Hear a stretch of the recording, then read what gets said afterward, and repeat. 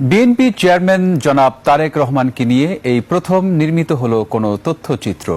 সবার আগে হাসিমুখ এই নামের তথ্যচিত্রের প্রিমিয়ার শো অনুষ্ঠিত হয়েছে বিকেলে মহাখালীর এসকেএস টাওয়ারে অবস্থিত স্টার সিনেপ্লেক্সে। এস.এম. মাইনুদ্দিন রিপনের রিপোর্টে বিস্তারিত। কালার এক্সপার্ট এবং মাইল্ড অন হ্যান্ডস টেকনোলজি সমৃদ্ধ অরিক্স অ্যাডভান্স ডিটারজেন্ট পাউডার আপনার laundry expert. BNP chairman Tarique Rahman রাজনীতির বাইরে আরেক জীবন। আত্মমানবতার সেবায় নিজেকে নিয়ে গেছেন অনন্য স্থানে। কখনো বানভাসী মানুষের পাশে, আবার কখনো অগ্নিদগ্ধের। বাদ যায়নি সমাজের প্রাণীগুলো।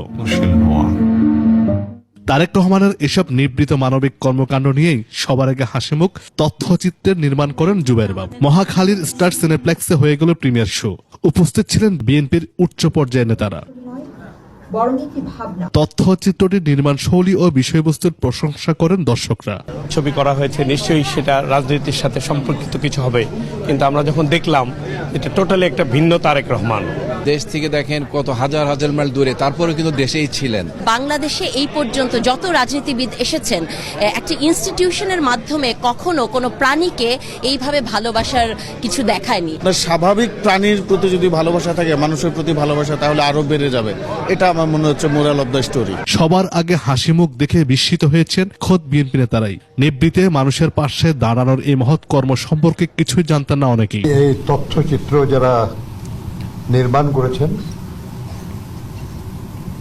এবং বিভিন্নভাবে যে সফল করার জন্য যুক্ত ছিলেন, তাদের সবাইকে আন্তরিক ধন্যবাদ জানাই একটি চমৎকার তথ্যচিত্র উপহার দেওয়ার জন্য। চিন্তাও করিনি আমার নেতা জনাব তারেক রহমানের এতদিন থেকে এই মানবিক গুণ তার মধ্যে রয়েছে। আমি ব্যক্তিগতভাবে মুগ্ধ হয়েছি ছবি দেখে। তথ্যচিত্রটির নির্মাতা জুবায়ের বাবু বলেন, সবার আগে হাসিমুখ কোনো রাজনৈতিক প্রোপাগান্ডা নয়, একজন মানুষের গল্প। মানে এই প্রামাণ্যচিত্রে দেখলে মানুষ বুঝতে পারবে আগামীর যিনি রাষ্ট্রপ্রধান হতে যাচ্ছেন তিনি কতটা মানবিক, এবং তিনি আজকের মানবিক না, তিনি সবসময় যে মানুষের জন্য করেছেন এবং তিনি যে সবসময় মানবিক, এই তথ্যচিত্রের মাধ্যমে কিন্তু সেটি ফুটে আসবে। তথ্যচিত্রটি ভবিষ্যৎ প্রজন্মের জন্য কেবল গুরুত্বপূর্ণ দলিল নয়, মঙ্গলের প্রেরণাও।